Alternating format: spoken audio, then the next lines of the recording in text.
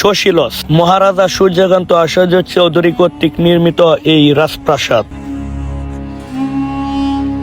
এখনো কি জমিদারের প্রাসাদ নাকি জাদুঘর?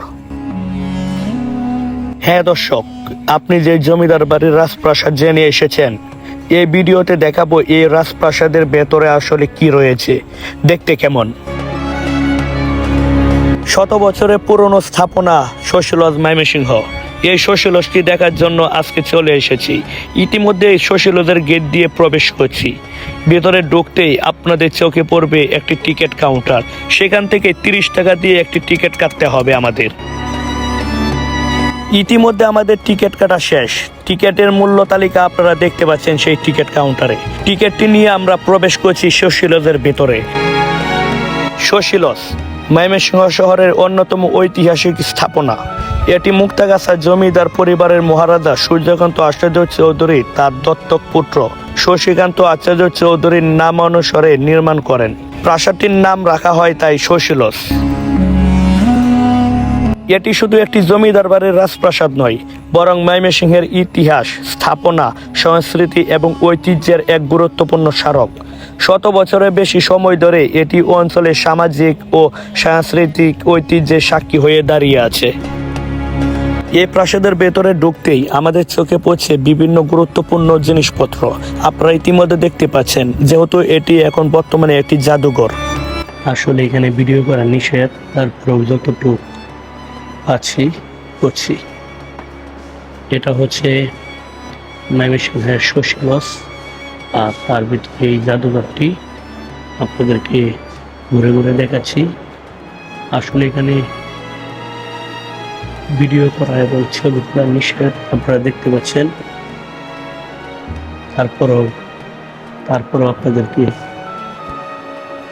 তারপরেও আপনাদেরকে দেখাচ্ছি।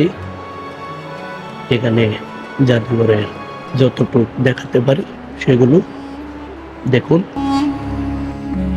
ময়মনসিংহ জেলার ভিতরে যতগুলো পুরনো স্থাপনা এবং গুরুত্বপূর্ণ স্মারক রয়েছে, সবগুলো এই শশীলসের ভেতরে আপনারা আসলে দেখতে পারবেন। তাই আমিও দেরি না করে চলে এসেছি এটি দেখার জন্য। আপনাদেরকে দেখাচ্ছি, দেখুন।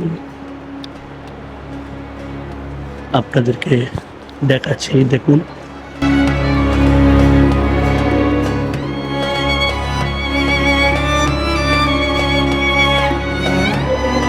আসলে আপনাদেরকে এইগুলো যতটুকু পাচ্ছি দেখাচ্ছি, কারণ ছবি তোলা ভিডিও করা নিষেধ।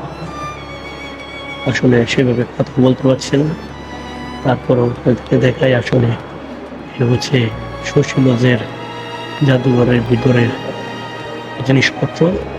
দেখুন, আপনাদেরকে আরো দেখাই। এখন আসি আসল কাহিনীতে। 19 শতকের শেষ ভাগে মুক্তাগাছার জমিদার পরিবারের অন্যতম প্রভাবশালী জমিদার মহারাজা সূর্যকান্ত আচার্য চৌধুরী তার দত্তক পুত্র শশীকান্ত আচার্য চৌধুরীর নামে এই প্রাসাদ নির্মাণের উদ্যোগ নেন। পরবর্তীতে শশীকান্ত নিজেই এই ভবনটি সম্প্রসারণ এবং সৌন্দর্য বর্ধনের গুরুত্বপূর্ণ ভূমিকা রাখেন। প্রাসাদটির নামও রাখা হয় শশীলস। 1897 সালের ভয়াবহ আসাম ভূমিকম্পে ভবনটি উল্লেখযোগ্য ক্ষতি হয়। পরে 1911 সালের দিকে এটি পুনর্নির্মাণ এবং সংস্কার করা হয়।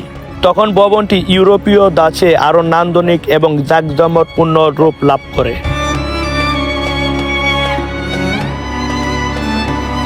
আসলে ভিডিও করা নিষেধ, তারপরেও যতটুকু ভিডিও করতে পারছি আপনাদেরকে সেটি দেখাবো।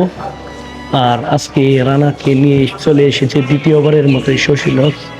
সেখানে বন্ধ।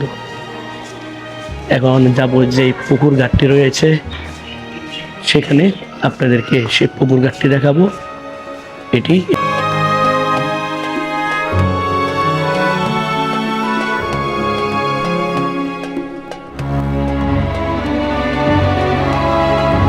এখন বের হয়ে পড়লাম জাদুঘরের ভেতর থেকে।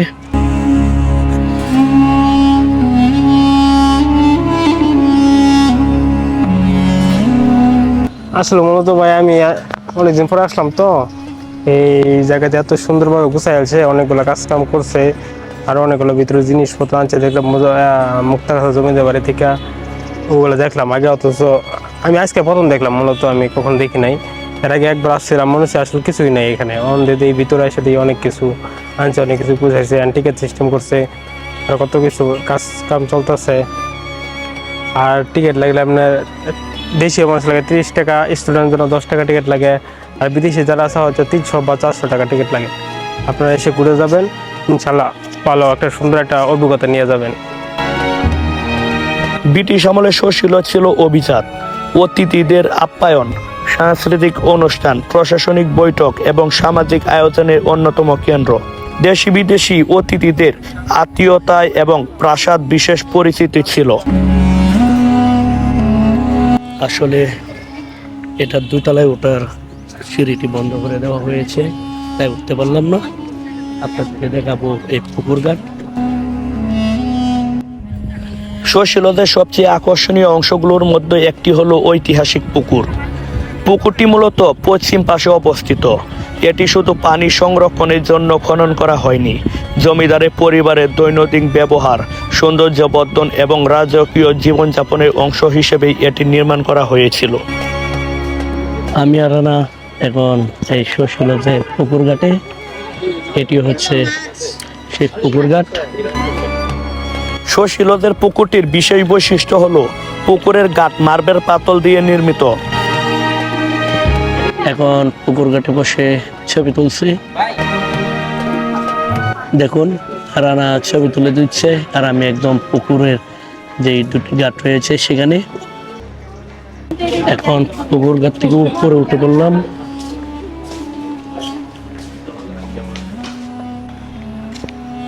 এখন শৈশিলদের ভিতরে যে জাদুঘরটি এবং পুকুর ঘাট ঘুরে আরেকটি সাইট রয়েছে, সেদিক দিয়ে আমরা আবার মূল প্রবেশদ্বার সেখানে যাচ্ছি। দেখুন এটি অনেক পুরনো বিল্ডিং আর এখন ভাঙা। এটি হচ্ছে শৈশিল জাদুঘরের পিছন সাইড। আপনাদেরকে আর একটি পিছন সাইডের আর একটি অংশে নিয়ে আসলাম, আপনাদেরকে দেখাবো। এখানে যে পিছন সাইডে যে আরেকটি ঢোকার জায়গা রয়েছে, প্রবেশ পথ, কিন্তু এসে পড়লাম আর বসলাম। আসলে এই শৈশিলদের ভিতরে আমার দ্বিতীয়বার আসা হয়েছে। আগে একবার এসেছিলাম, তবে তখন জাদুঘরটা সেভাবে ছিল না, একদম খালি ছিল। ইদানিং এখানে মুক্তাগাছা জমিদার বাড়ি এবং ময়মনসিংহ জেলার ভিতরে যত জমিদার বাড়ি রয়েছে, সেই জমিদার বাড়ির বিভিন্ন পুরাতন জিনিসপত্র এই জাদুঘরেই মূলত রাখা হয়েছে।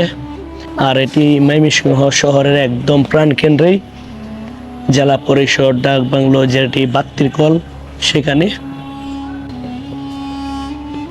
এটি হচ্ছে লোহার, দেখুন সেই সময়ের লোহাগুলো আসলে কেমন ছিল। এখনো এই লোহাগুলো সেরকমই রয়েছে, শুধু একটু পুরন, কিন্তু কোনো ক্ষয় হয়ে যাওয়ার কোনো নেই। আর আমি সেই লোহাটা ধরে দেখলাম, সেই শত শত বছরের পুরনো এই জমিদার রাজবাড়িটিতে চারিদিকেই এরকম ফুল গাছ রয়েছে, বিভিন্ন ধরনের ফলের গাছ, ফুলের গাছ রয়েছে। এখন সামনের আরেকটি সাইট দেখুন, এখানে বসবো। আসলে ময়মনসিংহ শহরের প্রাণকেন্দ্রে 9 একর জায়গা নিয়ে এই প্রাসাদটি। দেখুন অনেক আগে সিঁড়ি, আসলে এখানে ইট সুরকি পাথরের তৈরি, কিন্তু এখন মোটামুটি ভেঙে গিয়েছে। আর এটি হচ্ছে এই বাড়ির বারান্দা, একদম ভাঙা মোটামুটি। আর এই রডটিও মূলত শত বছর আগের।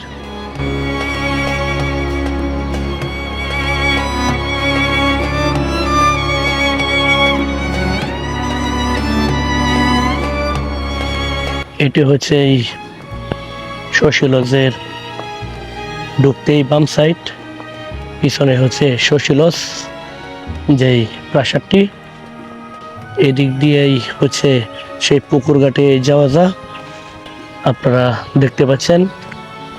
আর এটা মূলত একটি ফুলের বাগান ছিল, কিন্তু বৃষ্টি আসার পর দেখা যাচ্ছে ফুলের বাগানটি একদম নষ্ট হয়ে গিয়েছে, মারা গিয়েছে। আপনারা দেখতে পাচ্ছেন পানি।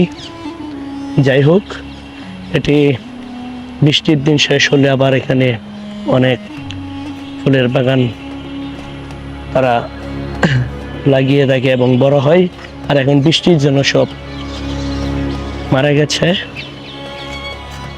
এটি হচ্ছে বকুল মঞ্চ, আপনারা দেখতে পাচ্ছেন। শুভ উদ্বোধন করেন প্রফেসর ক্যাপ্টেন BTF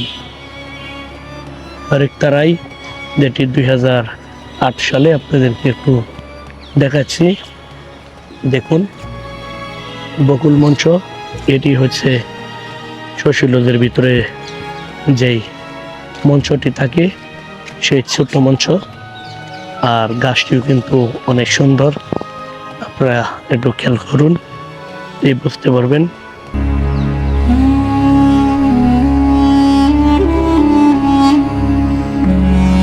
এসেছিলাম ময়মনসিংহ শহরের ভিতরে শশীলজে। এখানে একটি জাদুঘর রয়েছে, সেই জাদুঘরটি দেখার জন্য। এটি হচ্ছে ময়মনসিংহের শশীলজ, আপনারা দেখতে পাচ্ছেন বন্ধুরা। আর এখন যেহেতু টাইম শেষ হয়ে গিয়েছে, সন্ধ্যা ঠিক 6টা পর্যন্ত এখানে এগুলো থাকে বন্ধুরা। এখন শশীলজের ভিতর থেকে বের হয়ে গেলাম।